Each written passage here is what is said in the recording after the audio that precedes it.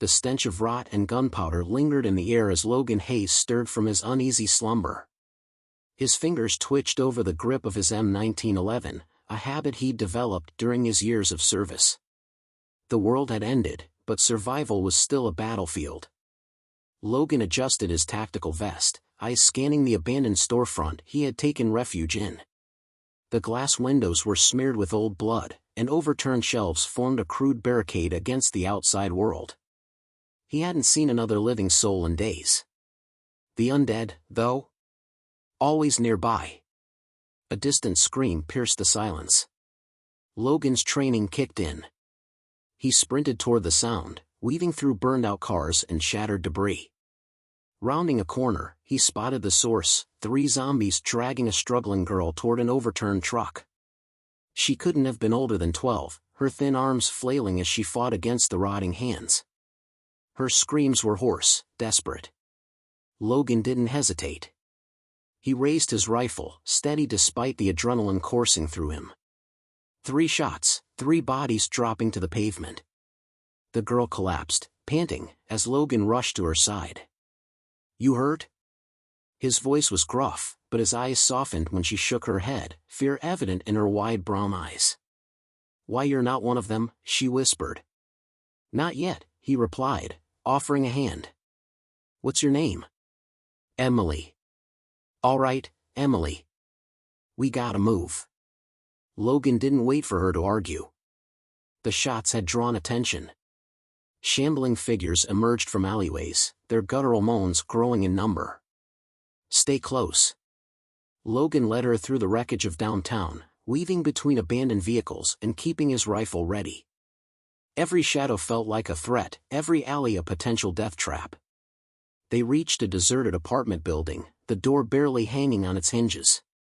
Logan ushered Emily inside and secured the entrance with a rusted metal bar. She clutched a tattered backpack, hugging it to her chest. "Are you military?" "Used to be," Logan muttered, peering through a boarded-up window. "Not much of an army left." Emily swallowed hard. "I had a brother. He was a soldier too." Logan glanced at her, reading the pain in her expression. He'd seen too many faces like hers, people who had lost everything. "Listen, Emily. I don't know how long you've been out there, but if you want to survive, you need to learn how to fight." She hesitated but nodded. "Okay." Logan pulled a small hunting knife from his belt and placed it in her trembling hands.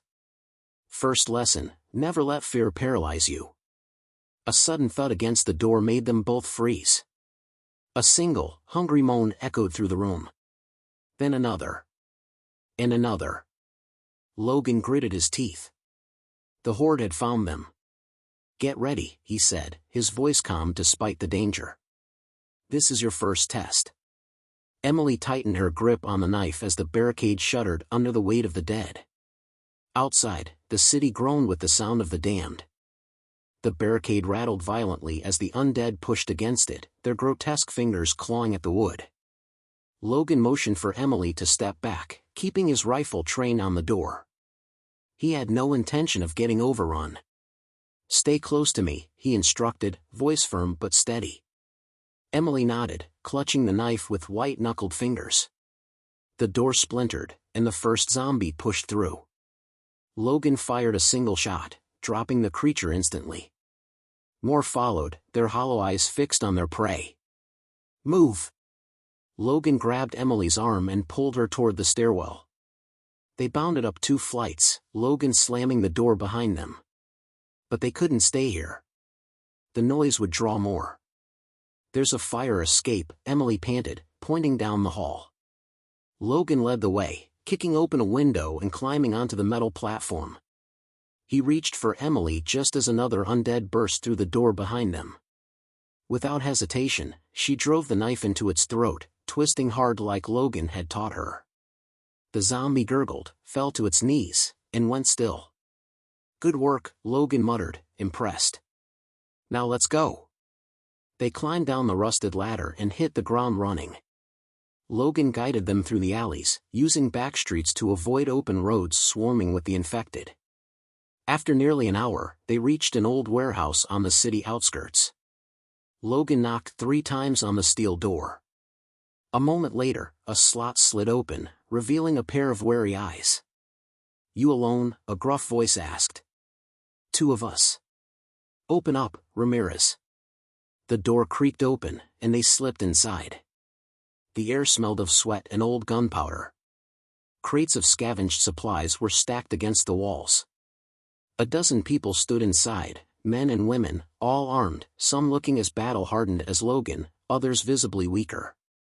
"Who's the girl?" a woman asked, eyeing Emily. "Survivor," Logan answered. "She stays." An older man stepped forward, his face lined with exhaustion but his posture strong. "You're military, aren't you?" "Used to be." The man nodded. "We could use a guy like you. We're trying to fight back. But we're running out of ammo and time." Logan scanned the group. They weren't soldiers. They weren't ready. "You want to fight?" he said. "Then you need training. Otherwise, you're just more bodies for the pile." Silence. Then the old man nodded. "All right, soldier," he said. "You're in charge." Logan exhaled. He hadn't planned on leading again. But in a world like this, the only way to survive was to stand and fight. And he was damn sure ready to fight. The warehouse echoed with the rhythmic sound of gunfire. Logan stood at the center of a makeshift training ground, watching as the survivors fired at rusted metal sheets propped against crates. Some had steady hands. Others flinched with every shot. Again, he barked. Emily, standing beside him, reloaded her pistol with growing confidence. She aimed, squeezed the trigger, and hit her mark. Logan gave her a small nod of approval. "We don't have enough ammo for this," a voice muttered from behind. Logan turned to see a burly man with a jagged scar running down his cheek, Mason.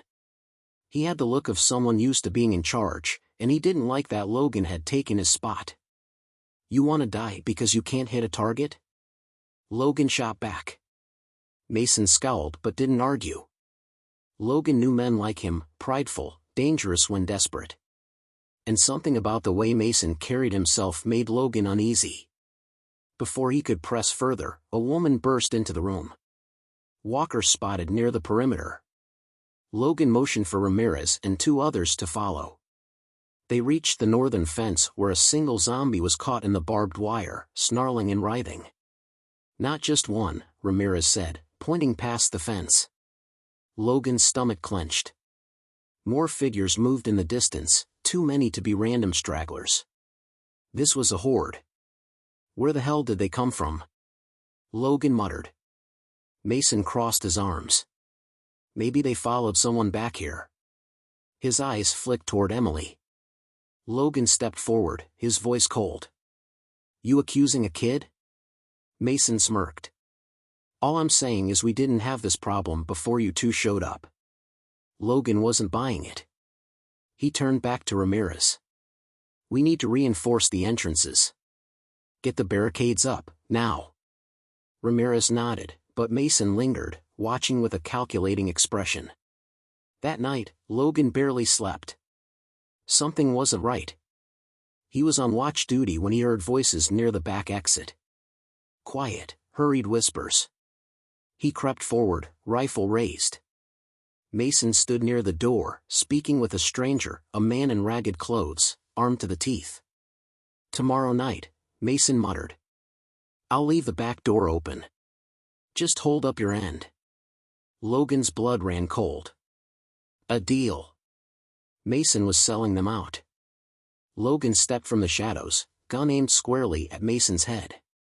"That a trade I just heard, or you got a death wish?" Mason whipped around, hand reaching for his pistol, too slow. Logan closed the distance, slamming the butt of his rifle into Mason's jaw. The other man bolted, but Logan fired, dropping him with a single shot. Mason groaned, spitting blood. "You don't get it, soldier. We can't win. They got numbers, weapons. You really think we stand a chance?" Logan grabbed him by the collar, dragging him inside. The survivors woke to Mason's battered form, his betrayal laid bare. Ramirez clenched his fists. "You'd sell us out? For what?" Mason sneered. "For a way out." Logan didn't waste time. "Tie him up. The horde's coming, and thanks to him, we don't have much time." The others scrambled to prepare. As dawn broke, Logan watched the horizon. The undead weren't the only enemies out there. But one thing was clear, this was war. Dawn painted the sky in muted oranges and grays, but the beauty was lost on Logan. He stood on the warehouse roof, rifle in hand, watching the approaching horde. The undead moved in a slow, ceaseless wave, drawn by the noise and scent of the living. "We won't hold," Ramirez muttered, standing beside him. "Not with what we've got." Logan clenched his jaw. He knew it too. Their ammo was low, and their defenses were makeshift at best. Then an idea struck him. "There's a military bunker 10 miles west of here," Logan said. "Underground facility. If it hasn't been looted, it's got enough weapons and supplies to turn this fight around." Ramirez exhaled. "And if it has been looted? Then we're dead anyway." Ramirez gave a short nod.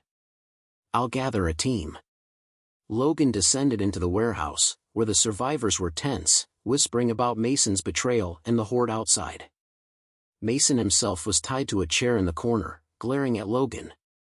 "You're making a mistake," Mason spat. Logan ignored him. "I need volunteers. 5 people. We're raiding a bunker." Silence. Then Emily stepped forward. "I'm going." Logan frowned. "Not this time." Emily's hands clenched into fists. "I can fight." "I know," Logan said, softer now. "But someone has to stay behind and protect these people." "That's you." Emily hesitated, then nodded.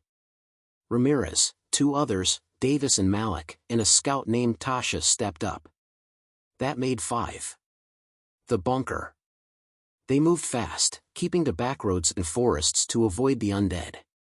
The bunker's entrance was hidden beneath an old communications tower. Logan pried open the rusted steel doors and led the way down a stairwell choked with dust and stale air. Their flashlight beams cut through the darkness, revealing long-abandoned hallways. Military crates sat untouched. Logan flipped one open, ammunition, grenades, even M4 rifles still in plastic wrap. "Jackpot." Davis whistled. "Looks like Christmas came early." They worked quickly, stuffing backpacks with ammo and supplies. Then Malik froze. "You hear that?" A distant click-clack, like metal scraping against stone. Logan raised his rifle, scanning the corridor. A shadow moved. And then it charged. It looked human, almost. But its eyes gleamed unnaturally, its movements too fast, too calculated. Logan fired, the shots tearing through its chest. It staggered but didn't fall. "Move!" Logan yelled. The creature lunged, tackling Malik to the ground. It snarled, teeth bared, not mindless like the others. Smarter. Ramirez swung his rifle like a bat, knocking the creature back. Logan took the opening, raising his pistol and putting a bullet straight through its head. It collapsed, twitching, and then went still. "What the hell was that?" Tasha panted. Logan crouched beside the body. It wore tattered military gear. A faded patch on its shoulder read Experimental Unit 09. "Not a normal zombie," Logan muttered. They didn't have time to figure it out. More noises echoed down the hall. "We got what we came for," Ramirez said. "Time to go." Logan nodded, but unease settled in his gut. The undead weren't supposed to think. But this one had. And if there were more? Then the war for survival had just changed. Logan's boots pounded against the bunker's concrete floor as he and his team sprinted for the exit. The distant echoes of inhuman screeches sent chills down his spine. The first intelligent zombie had been bad enough. If there were more, they were in serious trouble. They burst through the stairwell and into the cold morning air. Ramirez slammed the heavy steel doors shut behind them, shoving a rusted pipe through the handles. "That's not gonna hold for long," Davis panted. "Doesn't have to," Logan said. "We just need to get clear." As if on cue, guttural roars erupted from inside. The door shook violently. Logan and his team didn't wait to see what came next, they ran. Returned to the warehouse. The journey back was brutal.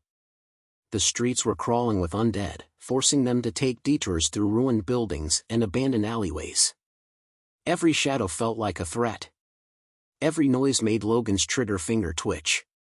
By the time they reached the warehouse, the sun was beginning to set. Emily was the first to spot them, her face lighting up as they approached. "You made it." "We got the supplies," Logan said, hoisting his pack. "Ammo, rifles, explosives. Enough to hold out." But Ramirez shook his head. "Not for long. The horde is close." Logan followed his gaze to the northern fence. The undead had doubled in number. Hundreds of them, moaning, clawing at the barriers. And among them, standing unnervingly still, were several figures that looked different, faster, sharper. Like the one from the bunker. "Shit," Logan muttered. "They followed us." The survivors gathered as Logan laid out a plan. "We set up kill zones. Funnel them through choke points. We've got explosives now, use them wisely." The survivors worked fast. Barricades were reinforced, sniper positions set. Mason, still tied to a chair, sneered at them. "This is suicide," he said. "You should have listened to me." Logan ignored him. He turned to Emily, handing her a revolver. "You stay on the back line." She set her jaw. "I can handle it." He placed a hand on her shoulder. "I know." Then the first explosion shook the night. The battle begins. The horde surged forward as the warehouse's perimeter lit up with gunfire.